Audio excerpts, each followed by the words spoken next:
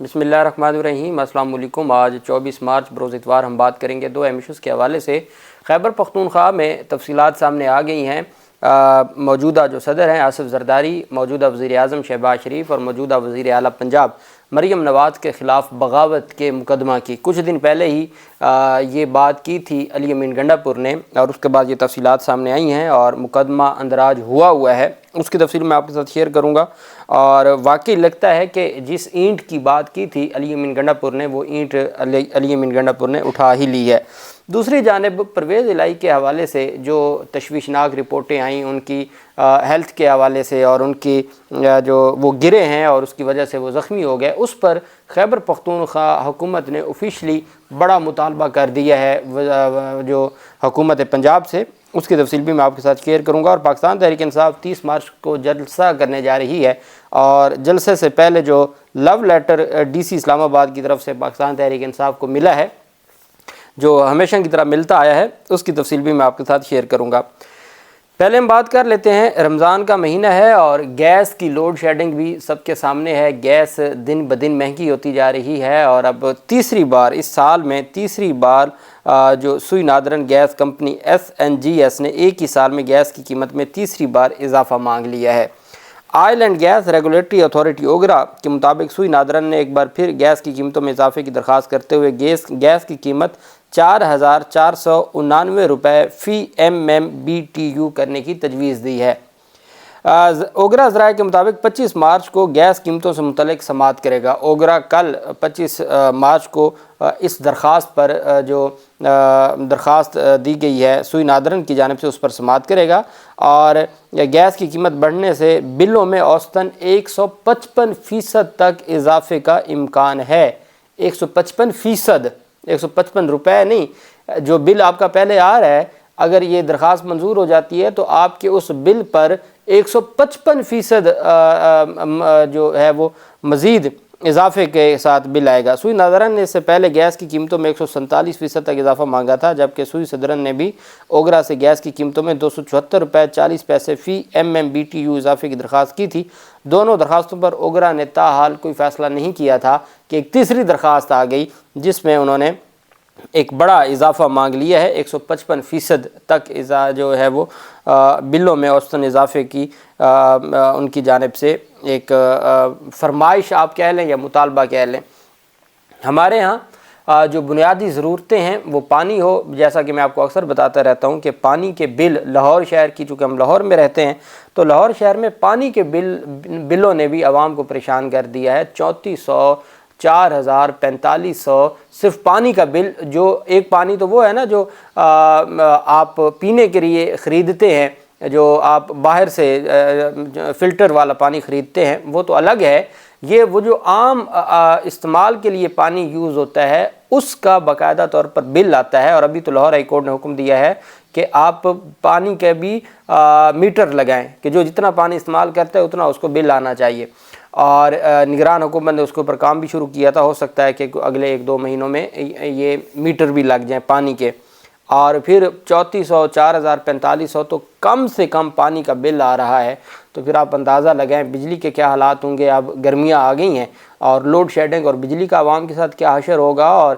جو گیس کی قیمتیں ہیں، جو ایک تو گیس پورا دن نہیں ہوتی، اور اس میں جو لوڈ شیڈنگ ہے گیس کی، اور پھر جتنی زیادہ آپ اس میں مہنگائی کرتے جائیں گے، جتنی زیادہ اس کو مہنگی کرتی جائیں گے، عوام کے لیے مشکلات بڑھتی جائیں گی، اور کوئی پرسان حال نہیں ہے عوام پاکستان کا۔ دوسری طرف ڈپٹی کمشنر اسلام آباد کو پاکستان تحریک انصاف نے ایک درخواست دائر کی تھی، اور شیر افضل مروت کی جانب سے یہ درخواست دائر کی گئی تھی، اور اسلام آباد ہائی کورٹ میں یہ درخواست دائر ہوئی۔ چیف جسٹس عامر فاروق صاحب نے سماعت کی، اور عامر فاروق صاحب نے 2 دن میں PTI کی درخواست کو ڈیسائیڈ کرنے کا حکم دیا تھا، اور رپورٹ عدالت میں جمع کروانے کا حکم دیا تھا۔ کل 25 مارچ کو اسلام آباد ہائی کورٹ میں چیف جسٹس عامر فاروق صاحب PTI کی درخواست پر سماعت کریں گے، جو 2 دن میں DC اسلام آباد نے فیصلہ دیا ہے۔ DC اسلام آباد نے جو درخواست کو ڈیسائیڈ کی ہے، وہ ڈیسائیڈ یہ ہے کہ انہوں نے درخواست کو مسترد کرنے کا فیصلہ جاری کر دیا ہے۔ جلسے کی درخواست PTI کے ریجنل صدر عامر مسعود مغل نے دی تھی۔ اسلام آباد ہائی کورٹ نے DC اسلام آباد کو 2 روز میں فیصلہ کرنے کا حکم دیا تھا۔ اب ڈپٹی کمشنر اسلام آباد نے امن و امان کی صورتحال کو جواز بنا کر پاکستان تحریک انصاف کو جلسے کی اجازت دینے سے صریحاً انکار کر دیا ہے۔ پی ٹی آئی رہنما عامر مسعود مغل نے اس معاملے پر دوبارہ اسلام آباد ہائی کورٹ سے رجوع کرنے کا اعلان کیا ہے۔ عامر مغل نے کہا کہ اگر حکومت دارالحکومت میں بھی جلسے کو سیکیورٹی نہیں دے سکتی تو انہیں حکومت میں رہنے کا کوئی حق نہیں ہے، اور جلسہ کرنا ہمارا بنیادی حق ہے۔ آئین پاکستان ہمیں اجازت دیتا ہے، اور آئین پاکستان جو ہمیں اجازت دیتا ہے وہ کوئی ہم سے نہیں لے سکتا۔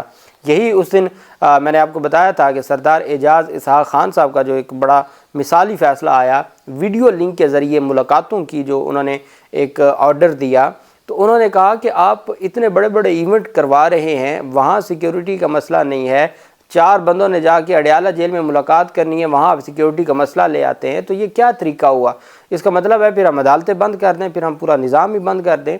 تو یہ چیزیں نظر آ رہی ہیں کہ اگر آپ بنیادی انسانی حقوق پی ٹی آئی کو تو ان کے اپنے جو انتخابی مہم کے دوران جب نگران حکومت تھی اور الیکشن کمیشن کے پاس سارے اختیارات تھے تب نہیں اجازت دی گئی تھی، اب تو پھر پی ڈی ایم کی حکومت آ گئی ہے۔ پی ڈی ایم نے تو پہلے 16 ماہ میں بھی کوئی ایسی جو اویل کا دور تھا سٹارٹ کا پی ڈی ایم کا، اس وقت جلسے ہوئے تھے ضمنی انتخابات وغیرہ میں، اس کے بعد تو پھر سارا معاملہ بند ہو گیا، اور پھر اسپیشلی 9 مئی کے بعد تو کوئی سوچ ہی نہیں سکتا پی ٹی آئی کے جلسے کا۔ اور یہی وجہ ہے کہ ڈی سی اسلام آباد نے کہا ہے کہ جی پہلے بھی جو جلسے پاکستان تحریک انصاف نے کیے ہیں انہوں نے اپنی قواعد و شرائط اور ضوابط کی خلاف ورزی کی ہے، اور پاکستان تحریک انصاف نے پہلے جلسوں سے بھی جو املاک کو نقصان پہنچا ہے، اس وجہ سے پاکستان تحریک انصاف حقدار نہیں ہے کہ اس کو جلسے کی اجازت دی جائے۔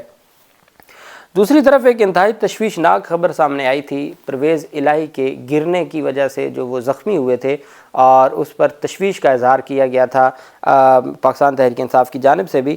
اب باقاعدہ طور پر خیبر پختونخوا حکومت اس معاملے پر میدان میں آ گئی ہے کہ جی وہ ہماری جماعت کے صدر ہیں، اور ان کے حوالے سے جو خبر آئی ہے گرنے سے اتنا شدید زخمی کون ہوتا ہے کہ جس کی رپورٹ پڑھ کے ہی ایک پریشانی لاحق ہو جاتی ہے، تو کیا یہ تشدد ہے یا وہ حادثاتی گرے ہیں؟ یہ سوال اٹھا دیا ہے خیبر پختونخوا حکومت نے۔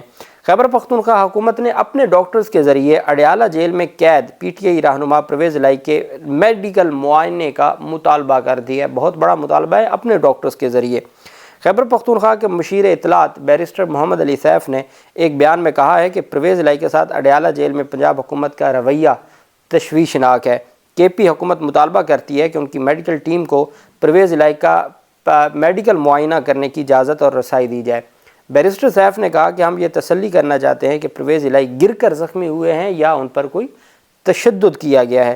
بیرسٹر سیف نے کہا کہ تشویش ہے کہ جو وزیر اعلیٰ پنجاب ہیں وہ ذاتی انتقام پر سیاسی مخالفین کو تشدد کا نشانہ بنا رہی ہیں۔ عمران خان اور پرویز الہی سمیت پارٹی رہنماؤں اور کارکنان کی پنجاب جیل میں ان کی حفاظت و تحفظ پر ہمیں تشویش ہے۔ ان کا کہنا تھا کہ مریم نواز کو متنبہ کرنا چاہتا ہوں کہ اگر پرویز الہی پر تشدد ہوا تو آپ کے خلاف فوجداری مقدمات درج کیے جائیں گے۔ یہ خیبر پختونخوا حکومت کہہ رہی ہے وزیر اعلیٰ پنجاب کو کہ اگر تشدد ہوا پرویز الہی وغیرہ پر تو آپ پر فوجداری مقدمات درج کیے جائیں گے۔ منسٹر سیف نے کہا کہ مریم نواز کا تشدد کا بین الاقوامی قوانین کے تحت مرتکب ٹھہرائیں گے، جس کے تحت جسمانی، ذہنی اور جذباتی تشدد جرم ہے۔ اگر خیبر پختونخوا کی میڈیکل ٹیم کو پرویز الہی تک رسائی نہ دی گئی تو ہم ہر قسم کی قانونی کارروائی کا ارادہ رکھتے ہیں۔ یہ پاکستان تحریک انصاف اور خیبر پختونخوا جو حکومت ہے اس کی جانب سے یہ بات کی گئی ہے۔ دوسری طرف 3 دن پہلے ایک بات کی گئی تھی یا ایک اعلان اور دعویٰ کیا گیا تھا وزیر اعلیٰ خیبر پختونخوا کی جانب سے۔ وزیر اعلیٰ خیبر پختونخوا کے جب وارنٹ گرفتاری راولپنڈی کی انسداد دہشت گردی عدالت سے پنجاب پولیس نے جاری کروائے، چونکہ ہمیشہ وارنٹ گرفتاری پولیس جا کے عدالت کو استدعا کرتی ہے، عدالت کو درخواست دیتی ہے اور عدالت جاری کرتی ہے۔ آج خود عدالت نے جاری نہیں کرنے ہوتے، وہ ٹرائل ہو تو اس میں آج خود جاری ہوتے ہیں کہ پروسیس کے ذریعے جو پروسیجر ہے، لیکن جہاں پولیس کے پاس معاملہ ہوتا ہے ابھی